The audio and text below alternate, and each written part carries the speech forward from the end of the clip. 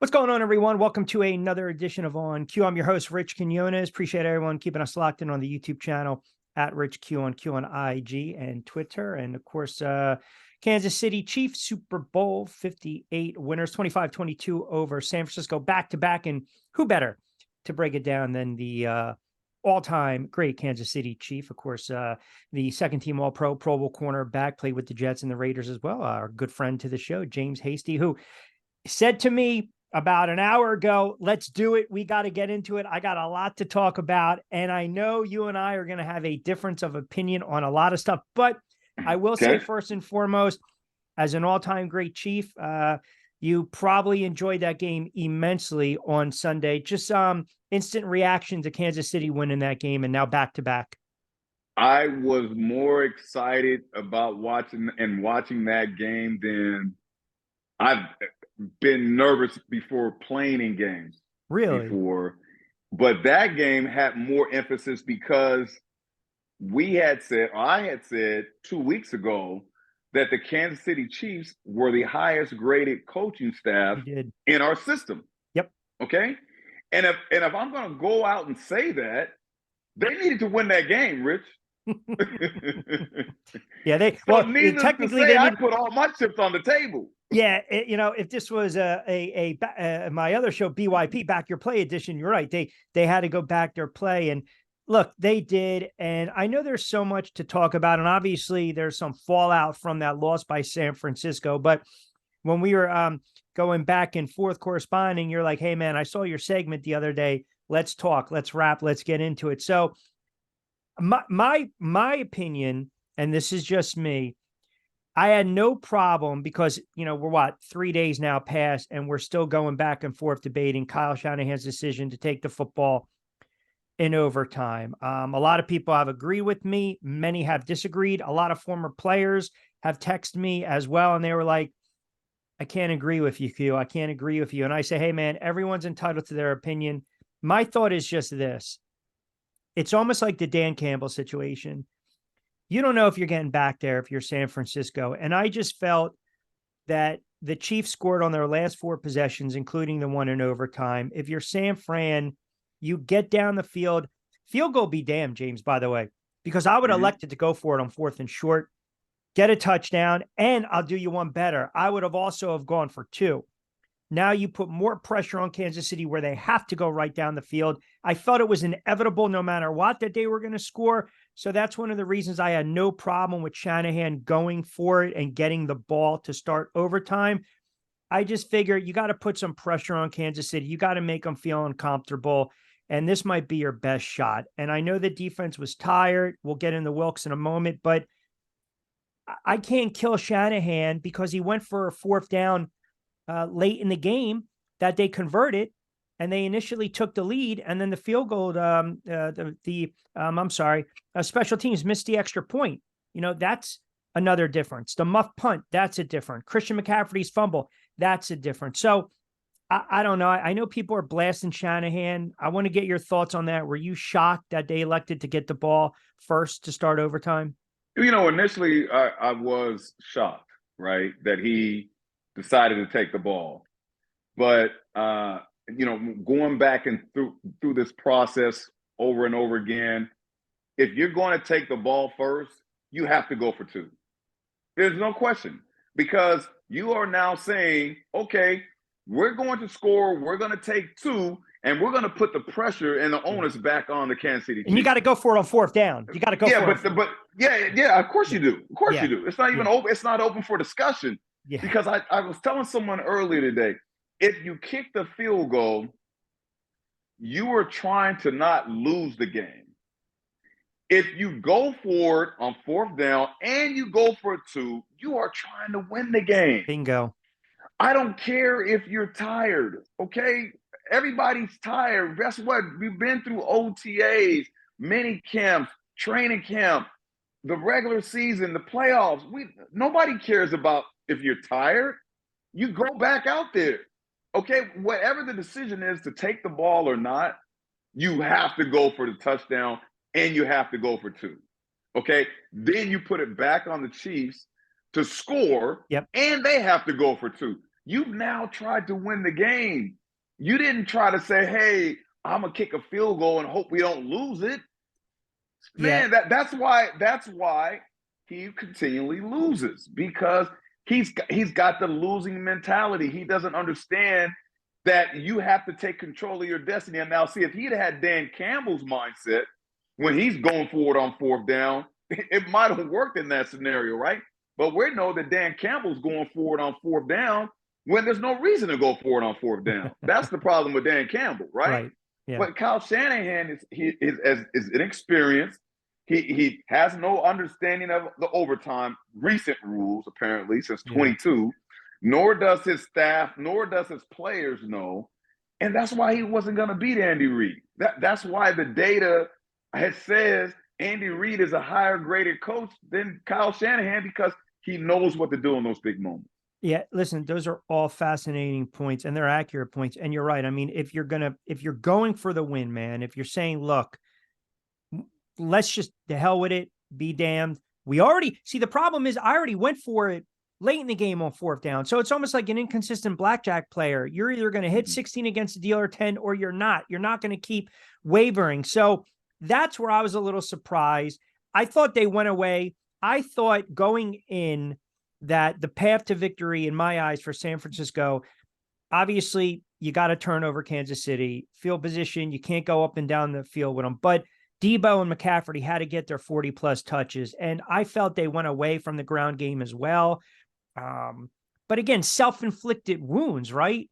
The muff punt, the mixed extra point, Christian McCaffrey fumble. You have an opportunity to go up 14-0 as opposed to 10-0. Then maybe you're trying to make Kansas City a little uncomfortable. And then it gets into overtime. And I mean, you didn't even have to watch. That's the difference between an Andy Reid coach team and then also defensively Spagnuolo on that coaching staff and having an all-time great like Patrick Mahomes. They never panicked. They never wavered. And the fact, to your point, that afterwards you find out that they knew exactly what they were doing. Apparently they were shocked that San Francisco wanted the ball. Kansas City's mindset is, we're probably going to get the ball if we're scoring, or we'll defer. If we get the ball, we're going to score. We're going for 2 as well. I mean, it clearly demonstrates and shows Shanahan, good coach, not on the level of Andy Reid. And then we'll get to the fallout in a moment, but what did you make of Travis Kelce's antics with Andy Reid? You played for a long time at a high level. You played with Hall of Famers. You played with greats. You were great. You see something like that as a player, do you just kind of shrug it off or say, you know what, time and place, you can't do that. It's a bad look. It's disrespectful. And, hey, if they would have lost, would that have been more of a story? If it was a diva wide receiver, would it have been more of a story? So you see that as a player. What are you thinking? I'm thinking that that's their relationship. I'm thinking that they've built this type of bond, and they know each other well enough that he feels comfortable enough to do that. And that's the easiest way to explain it. They've done commercials and things of that sort together. They've done all those things off the field, and they have that type of relationship. And unfortunately, some people may thought it was, disrespectful. I know you did. I did. I thought it was a bad look, man. And all I'm thinking is, if that's a T.O. and AJ Brown or Randy Moss, a diva wide receiver doing that, I don't know, man. I think it would have been, the narrative's different. It would have been a bigger story. Like even Andy Reid said prior to, in the piece that, and I forget, I think it was with Coach Cower, he wants Kelce to kind of scale back a little bit, temper down a little. And then of course he goes off after that incident, right? Has about 90 something yards. I don't know, man. I can't imagine somebody doing that to a Belichick or a Parcells or a Lombardi back in the day, right? I would agree with you. Heck, I couldn't see LT doing that with Parcells, right? I couldn't see Bart Starr doing that with Lombardi. I couldn't see any of that stuff happening. But this is a different time. This is a different era. And again, relationships, we all know that they're different for certain folks. And so this is one of those examples that everybody got to see it up close and personal. Sure. That's just life. That's just how it goes sometimes. And we all have to understand it ain't always fair, right? But that's what it is. And that's the relationship that they have. Could Darius Toney get away with that? Heck, he couldn't even get dressed to be on the sideline, but he certainly couldn't get away with that. But we all understand those are relationships. Yeah, Kadarius Toney now with his second Super Bowl win. Yeah, there you go. That's not a bad, right? Not bad for a half a day's work. How about? Not at all. I thought Purdy played well, poised. I know he missed a couple throws here and there, but I also thought the pressure that Jones was implementing, the blitzing scheme defensively, what Spags was doing, just throwing Purdy off his mark a little bit. And then conversely, you look at Patrick Mahomes, and me and my friends have been going back and forth with this. And I said, look, you go back to back, that's really hard. You go back to back to back, never seen it, right? I mean, we saw it in baseball. We've seen it in the NBA. We've seen it in the NHL. It's a different animal. I know that's a conversation for maybe in the spring, in the summer, OTAs, off season, fine before the season starts. But he's the type of quarterback where you just have to sit back and just appreciate what he's doing, because he's still in the prime of his career. He never panics. He never wavers. He's got that friggin' clutch gene, and it's just amazing to watch, man. And I think if they win it again next year, I'm sorry, you got to start to slide number 12 over a little bit. I've got some company. I mean, right now, I think Mahomes is an all-time great. Is that an overstatement? Is that a prisoner of the moment? What's your thoughts on Mahomes? I certainly don't think that he should not be included in the conversations. He absolutely should be included in the conversation. But if things go as I expect them to go, with the coaching staff staying together, which I know there's some that are out there saying, oh, Spags should get another shot. Those people that are saying that really want to break this group up, right? They really want to break this coaching staff up, because the continuity and the relationship that they have during the game is so unique, right? That I honestly don't see anyone beating them next year. Okay. Yeah. For one, because the coaching staffs that are being assembled are terrible, right? For the most part, right? You're right about that. They're absolutely. No, I will give Jim Harbaugh credit. They're doing a good job down there, and with the Chargers, I'm building that coaching staff. Yep. But we would all assume that, and they're going to contend in the AFC West for sure with the Chiefs. Okay, but they're not going to knock the Chiefs out of this thing for at least another year or so, till they get themselves honed in as to what they're working with personnel-wise, right? And outside of that, the only way they lose is if some key personnel get injured, and that means the quarterback gets injured, right? Yeah. They can still survive without Kelsey. Absolutely. Yeah. Rashee Rice will be another year down the road.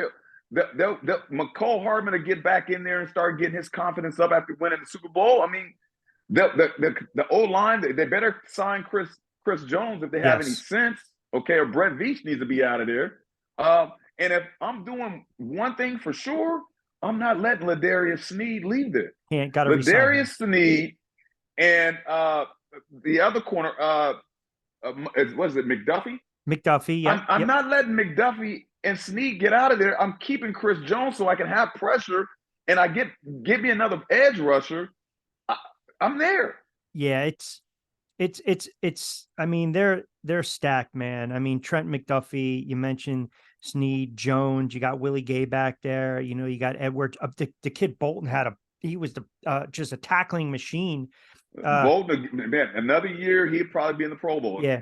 And there is before we came on, there was some talk that it looks like Spags is, getting a contract extension, and rightfully so. I mean, look, sometimes it doesn't pan out as a head coach, but it's crazy to say this, but can you stick a coordinator in the Hall of Fame?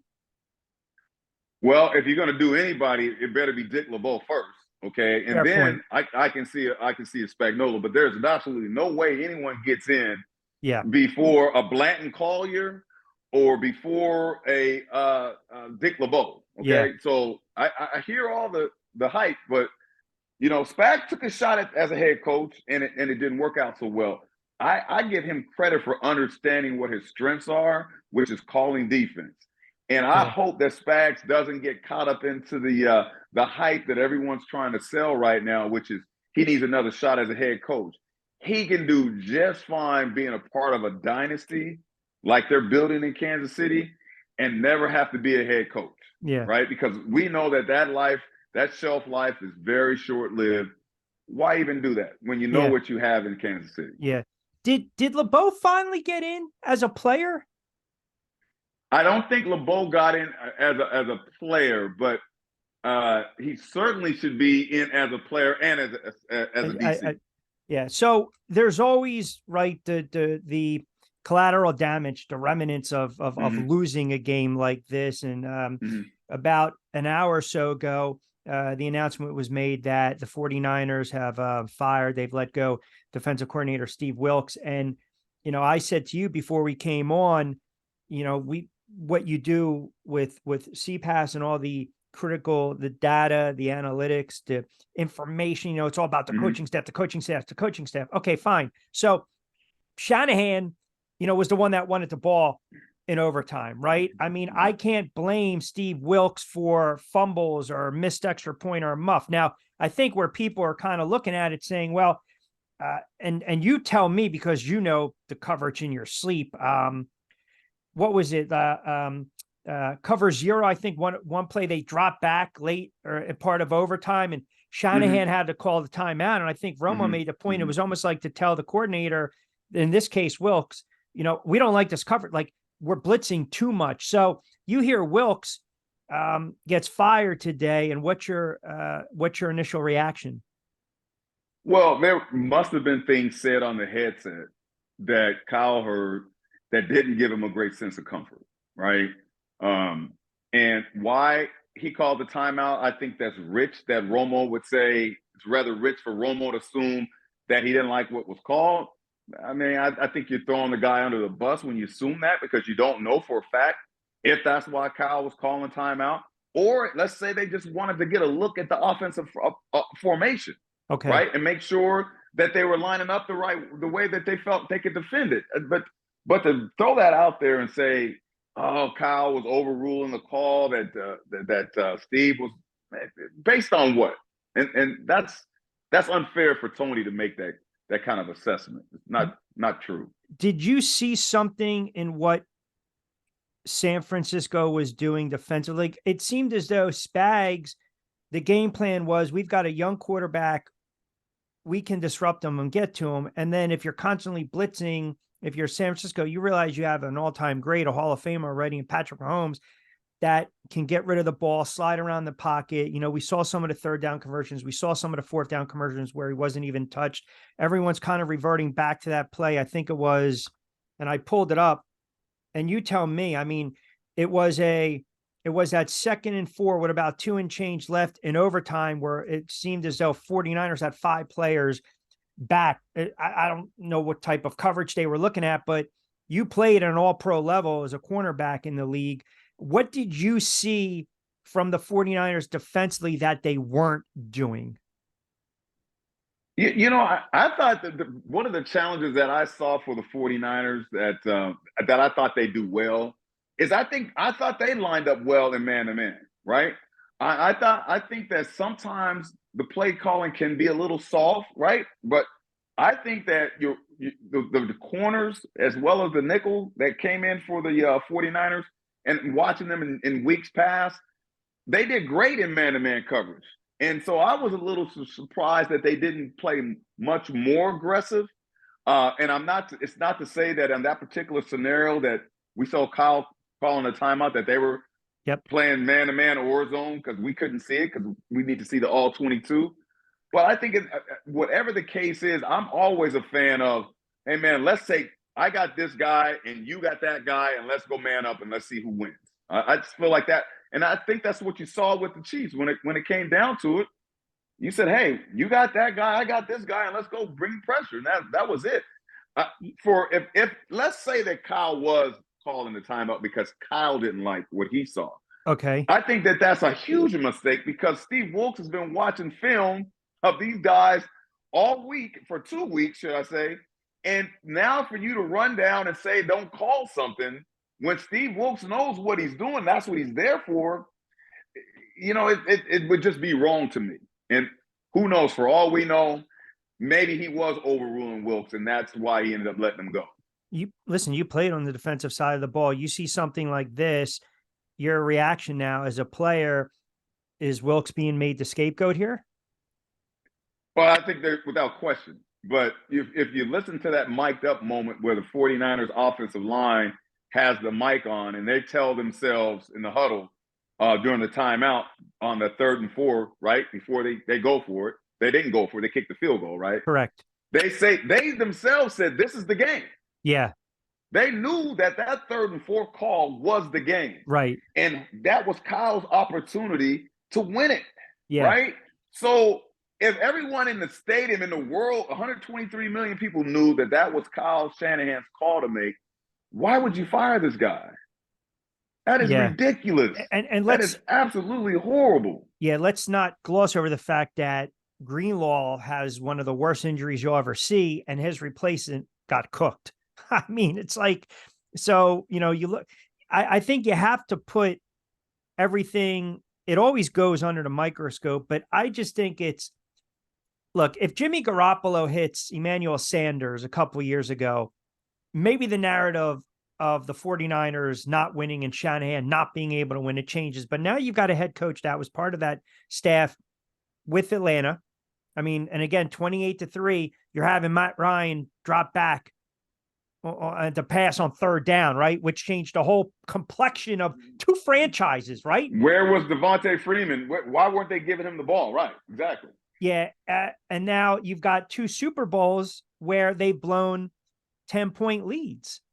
So, I mean, is Shanahan, in your opinion, equipped to be a successful? Has he demonstrated he can be a successful head coach? And I say that where someone might be like, wait a second, he's gone to 2 Super Bowls. Look at how many W's they get during the regular season. But when I say successful and being equipped, it's almost like 2 different things.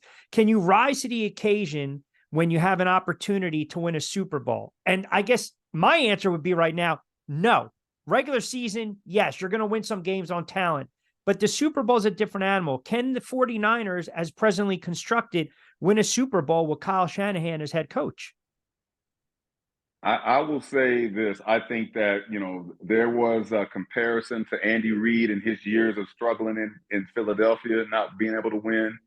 I think if you're able in this business to be around long enough and the league gives you time, I think you have the pedigree and all the resources available to you to help you win. I think you can. I think he can. I don't think everybody can, but I think Kyle certainly has the ability to do so. I don't think anyone would say otherwise. But we've seen enough cases now where he just hasn't been able to get it done. And so now the question becomes, well, how much longer does he get? Right? Because we all know you don't get forever in this business, right? Yeah. And so how much longer does he get? I mean, we're now seeing Steve Wilks been put out on the street because Kyle Shanahan couldn't score and win the Super Bowl. Right? The onus was on him. Not, don't kick a field goal because that's a losing mentality. You go for it, and then you go for 2. So I'm really disappointed, but not surprised, because as we go back and we look at Kyle's career, he hasn't been able to win. Yeah. And this business is all about winning. It's not about who you're related to. It's not about who you coach with, which is all these guys are all clicked up. Man, you got to win. Yeah. And the players shouldn't be subject to this clique that they've got going on because they can't get it done. And the league shouldn't be allowing it as well. So I mean, we're seeing too many guys lose out on opportunities to be coaches in this league, and the guys that are in the right group or right circle are continuously being given opportunities, and the standards are changing from one guy to the next, and it's not right. Yeah, you're right. It's not. It's well, we've talked about a lot of contradictions, a lot of hypocrisy, if you will. The great James Hasty, kind enough to join us on Q. Rich, can you here? Going back to that Andy Reid point, they took that young team against the Rams early. on the road, which was a tough loss. They stopped running the ball in Carolina when they went to halftime, right? That was the game where Ricky Manning Jr. had 3 picks in McNabb. And I still remember to this day, John Runyon screaming, run the football, right? And then, of course, you had the old vet get closed down. Joe Jurevich just running that way. Blaine Bishop, bad coverage. But to your point, you start to get over that hump. But once you're there, it's like, okay, now it's a different animal. Like, you've taken us there. Now you have to lead us a couple more steps. And it's crazy because we've seen coaches make the Super Bowl and then get fired, lose it and then get fired a year or two later. It's not uncommon. No, it's not. You again listen to the explanation. Okay. Now Kyle's been around the game for a long time. I played against his pops. I played against Shannon and those guys. It's all about matchups. I've got McCaffrey. I got Rod Smith. Dale's got Rod Smith or McCaffrey. Somebody got to cover Shannon. Yeah. Okay, well, the guy that if neither of us can cover Shannon, they're throwing the ball to Shannon. Yeah. Right? So now you go into a game and you've got their number 1 guys on your guys, and you still try to throw it to those guys, right? You got to find the matchups. And for whatever reason, maybe they didn't go through that in the practice and saying, hey, if McDuffie's on Debo and Snead is on Ayuk, who are we going to, right? And so you go over those scenarios, right? And to not go through those scenarios and then come out and say, well, if we won the toss in the first overtime, we're going to take the ball with the idea of getting it on the third possession. What makes you think there's going to be a third possession? That's my whole point. There ain't going to be a third possession, buddy. No, there isn't. This is the National Football League. We're trying to win the game. Yep. You're thinking about if you kick a field goal and they kick a field goal, we're not talking about that. They're going for 2. It's a different NFL. I had the conversation yesterday with my guy who covers the NFL, Lloyd Vance. I was going back and forth with him. I said, look, years ago, it was, you don't chase points. You take the points. You don't throw when you have the lead. You grind it out and run the football. That was 20-something odd years ago. You'll have, there's an exception to a rule right here and there. You'll have the Parcells calling the fake punt to reasons in the 90 championship game. Those are rarities, right? Because at that moment, you got to pull your last rabbit out of your you-know-what to try to win the game. And to your point, talking about the matchups and the coverages when you played against those great Denver teams, go back to Sunday. Where the hell was Kittle? I mean, he was targeted 3 times. Right. You're talking about an all-pro, your Pro Bowl tight end, the seam route, open things up with Ayuk and Samuel and Jennings and McCaffrey, and you can't get him the football? Well, he hurt his shoulder. We saw him going to the locker room. We know he was hurt, but I can assure you that if you put Kittles out there, even with his shoulders separated, partially separated, he's out there. Catch the ball. You know he's going to catch the ball, right? And so you find the matchups, right? But you throwing it downhill to Snead, uncovering Deebo Samuel, you don't give yourself a chance to win the game. You got to find the right matchups, and you got to take advantage of it. And you certainly can't go into the overtime thinking you're going to get the ball third. Dude, Andy Reid is going for 2. So if you take the ball first, you doggone right, you got to go for 2 as well. And how do you it's beyond me how Kyle doesn't know that. And I think the world of his dad. Absolutely. And Deebo only gets about 6 or 7 touches. Is that just stubbornness, or is it just not really understanding, hey, man, these are the guys I have to get the ball to? Like, because we've talked about it, your coaching staff, you've got so many people in place that are watching everything all at once. These are things that you go back, even not understanding the change in the overtime rules. Man, this is something you're talking about after the draft, OTAs, training camp, preseason, exhibition, regular season. It should be ingrained. It should be just entrenched in your mind. And that's the difference. The Chiefs knew exactly what the hell was going on. I don't want to put Kyle Shanahan in this category, but I watched a video of Eddie Robinson the other day because it was his birthday. Man, this guy coached 55 seasons. and only had 8 losing seasons. That's incredible. That's freaking incredible, Yeah. right? And so you think about all those big moments that Eddie Robinson has been in, okay? And I'm not suggesting, but you got to, at some point, you got to figure it out, right?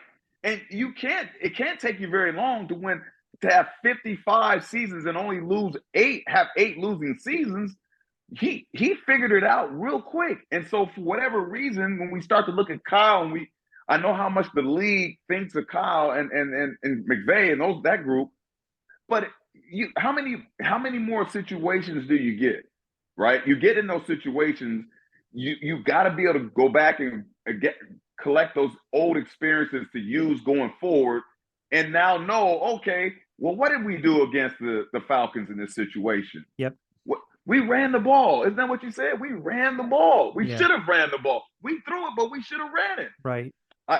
Learn from your mistakes. Learn from your mistakes. But here's a guy that you've got in Christian McCaffrey.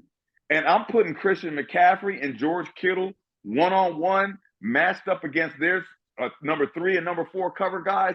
And I'm banking everything I got on those two guys. Yeah, and especially the running back. I mean, listen, you can rest in the offseason, man. I'm running you into the ground. And I'm wondering, just, sometimes these head coaches, they want to be the GM, they want to be the coordinators, they want to take on so much responsibility. I think you brought it up months ago.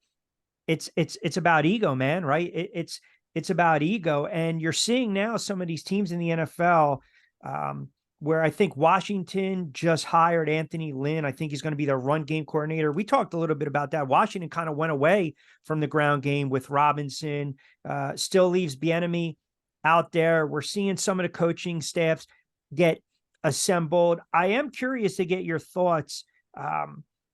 The report came out that Bill Belichick, quote, turned down the offer or was not interested after the fact with Atlanta. Do you see him now, obviously outside looking in, sitting out a year, but people are telling me they think their opinion is, well, this is it for him. And I still disagree. I believe even if he takes a year off, he's going to be a hot commodity because he's chasing Shula. So you think that's, you hear everyone was saying, well, Atlanta, wasn't too keen on Belichick because maybe they thought he wanted too much power.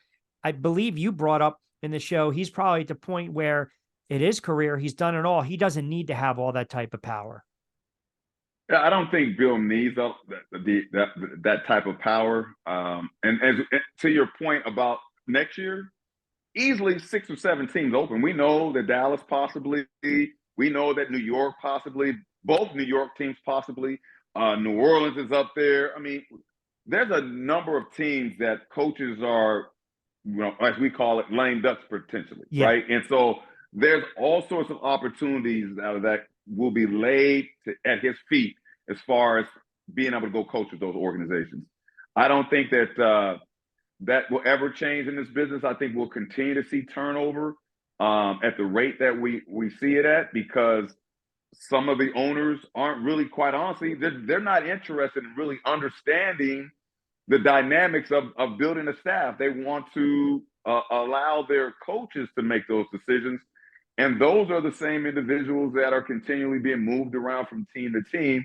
And you're not seeing, fresh, new ideas being brought forth, right? And so it's not until we start to see the understanding that, hey, look, performance does matter, winning does matter, developing players does matter, that then we will start to see the change that we need to see. And then, people just have a certain comfort level with knowing that one of the greatest coaches of all time is available. Heck, man, I can hire him and I can go take a trip and come back and be ready for the playoffs because he's going to get us there. I mean, it's just that type of comfort level that the owners now have, especially when you're seeing 123 million people watching the Super Bowl.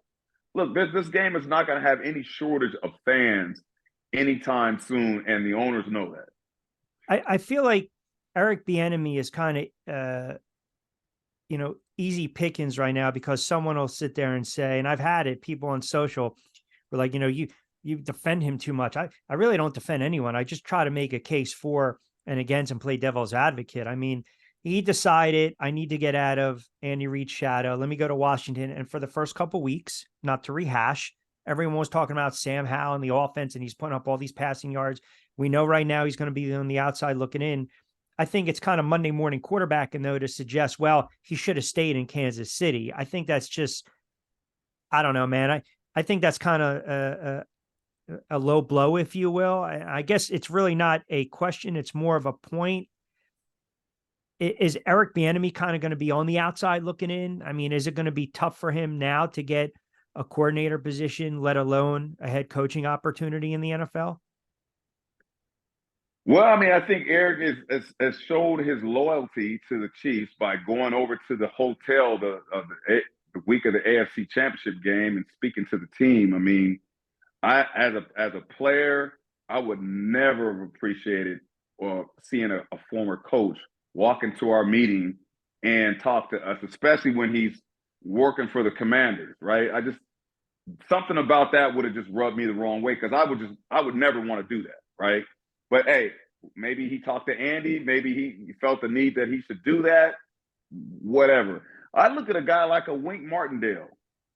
What did he just do? He just went down, he humbled himself, he went down, and some might call it may not gone down very low, but he went to the University of Michigan to be the defensive coordinator, not the head coach, right? The defensive coordinator. I don't see anything wrong with that. I simply don't understand why Eric is resistant to going to the college ranks again and coaching. If you love the game, you go coach wherever, man, to do whatever you got to do. You don't worry about trying to follow behind certain people. And so if there's one thing I would say is, man, trust and believe in your own abilities. Don't feel like you can't step out on your own and be your own person and and build up your credentials again and come back to the league. But to go to the hotel the night before the game, there's no circumstances you could explain to me why that's okay. I would never want to see someone that used to coach me and he's coaching for another team in our meeting. I just wouldn't. And I'm certainly not open to listening to what they have to say. And so maybe Andy said he wanted them in there. Maybe Pat said he wanted them in there. I just think it was inappropriate, and I would never suggest doing anything like that. You think it was also maybe to rebuild a little equity, like just, hey, I'm here, I'm around. I mean, it's like quitting a job or leaving a job, and then your current job's not working out, and then you hang out at the office party of your old job. Yeah, but they pushed you out, though. They already pushed you out. They already told you, go find another job. And right. And so what are you coming back for? They already told you to beat it. And then didn't he come back and say they still don't have a spot for him? Yeah. Okay, so I mean, look, I think Eric Bieniemy is a good coach, right? I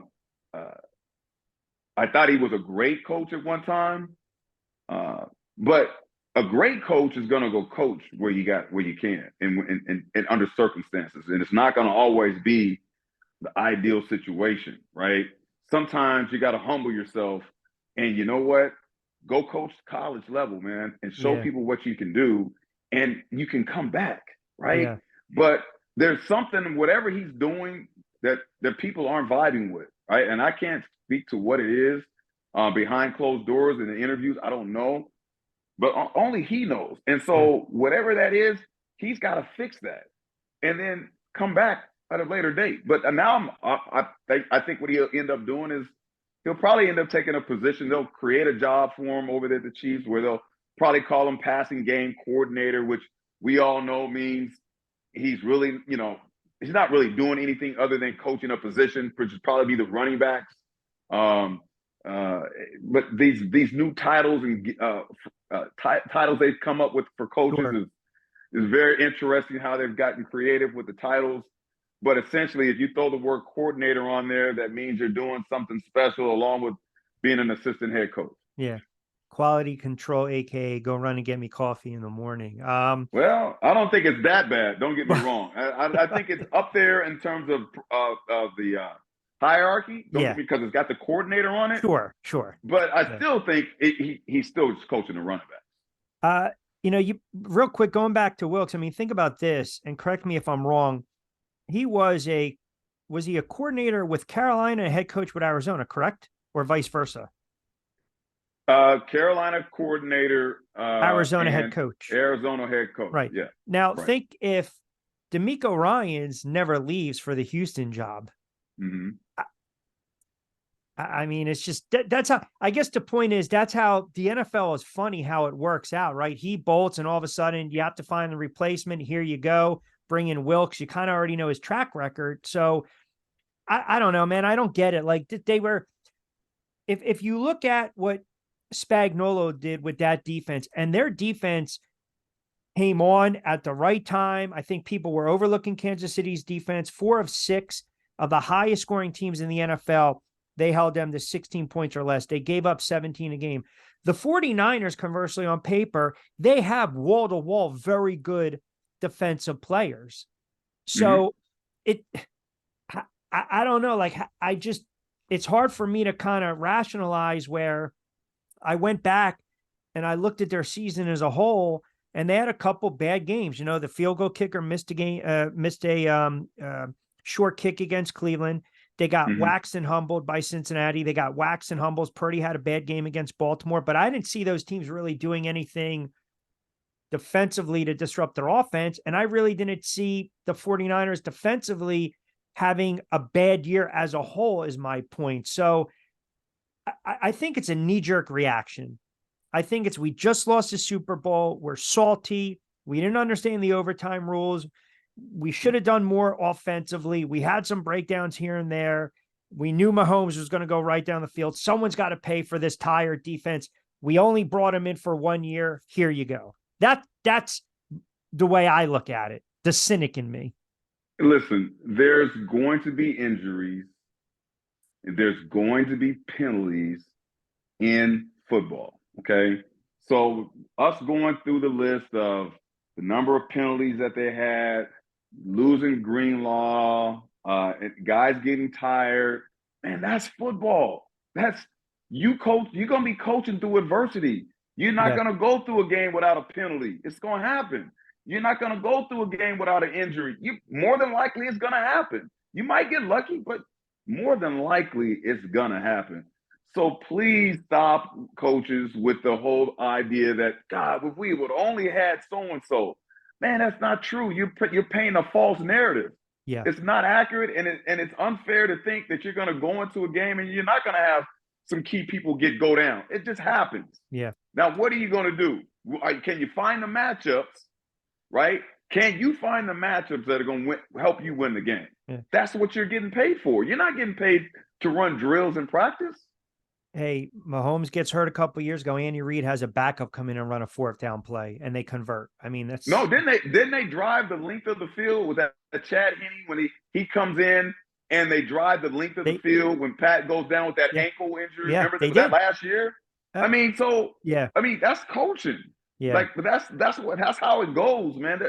That to fall back on these old excuses about guys getting injured and stuff and penalties.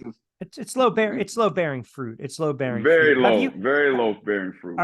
Have you started to assemble data with these coach? Are you waiting for the season? Well, it's over, but kind of all the dust to settle, where you start to look at all these 32 teams and see, okay, these are who they've all compiled on the coaching staff. I have.